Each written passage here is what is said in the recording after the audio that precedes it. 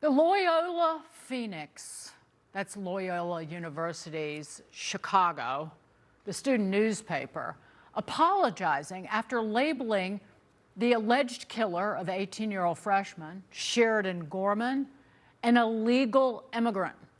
Which is accurate. The original headline reading, quote, "Immigrant man charged in murder of Sheridan Gorman, DHS involved." The update removing any mention of the suspect's immigration status in the headline and the body of the article. An editor's note reads in part, quote, "No human's existence is illegal." And we quickly changed our wording to reflect that. We acknowledge the harm such language can cause. Unbelievable. The city's mayor addressing Gorman's murder today while standing right in front of a city snowplow that was just renamed Abolish ICE. You can't make it up.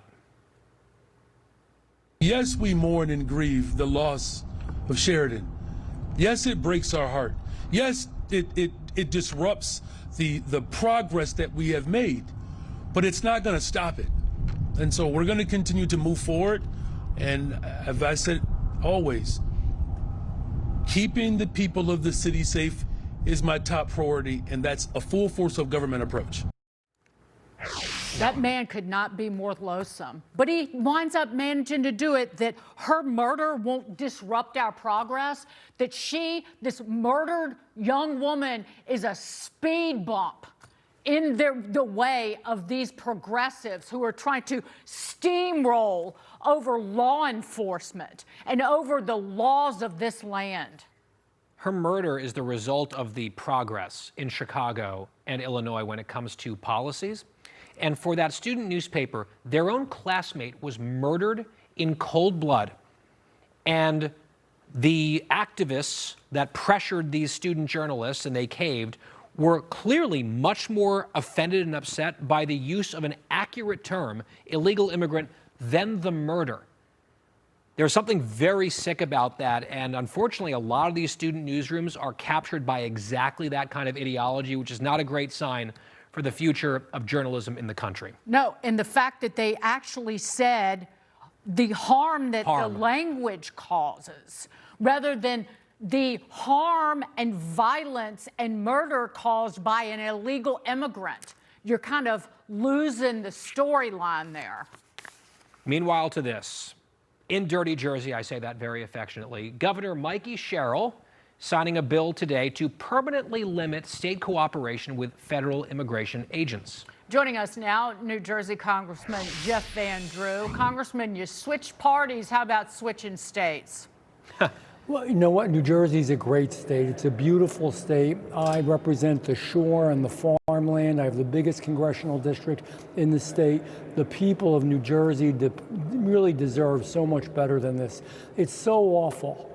I mean, it really is. The reason that we're having a problem, what happened in Minnesota, a good part happened because there was no cooperation with the local police. Local police do want to cooperate. They want to help. They should be responsible for crowd control. That wasn't a peaceful protest, by the way, either. When you're spitting and pushing and screaming and kicking in vehicles, that is not a peaceful protest. Look, here's the real deal. There are a good number, millions of illegal immigrants who are criminals. I know there are some that are not criminals. I'm not even going to talk about them for now, but there are plenty that are. And some of them are murderers, rapists, child abusers, domestic abusers, and they're in everywhere. They're around you wherever you live, and they shouldn't be here. We have to detain them and then deport them. We shouldn't even pay to actually incarcerate them here because it costs a fortune. Real quick, you want to talk about affordability? How about we don't spend billions of dollars taking care of illegals, whether it's imprisoning them or supplying them with clothes, food, transportation, housing, and education. It's perverse, it's bizarre, it's weird. I'm disappointed in it. And the thing is, Congressman, when it comes to these sanctuary policies that your governor, I.C.E. is doubling down on today, we've just seen the consequences, the wages of sanctuary policies in Chicago, in Virginia. murders of young women, and apparently the Democrats in New Jersey say, you know what, let's follow suit. Let's double down on that policy. Well, that's the other part of this in general. I don't get what the liberals, the left, the progressives are thinking. They, honest to God, don't care about the victims of these crimes. I'm working with the Angel Moms in the committee I chair, which is a subcommittee of oversight and judiciary.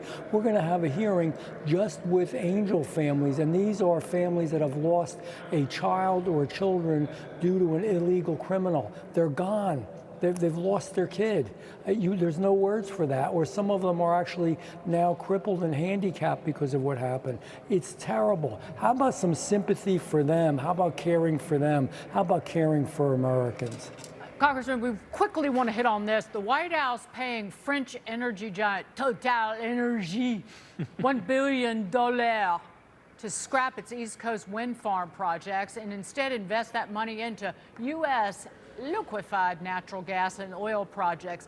I know you're happy to see those windmills go, but at what cost? I was fighting that fight for a long time. At the end of the day, the cost is worth it, because if we did the windmills, it would have been so expensive. It's terrible now what energy bills are, gas and electric, because we've had terrible energy policy in this country for 4 years and in New Jersey for 8 years, but it would have been much, much more. It would have been super expensive to supply energy. It's a good move. We want to get rid of them. We'll build natural gas plants, modular nuclear. We can do so much better, and we can make it much more affordable.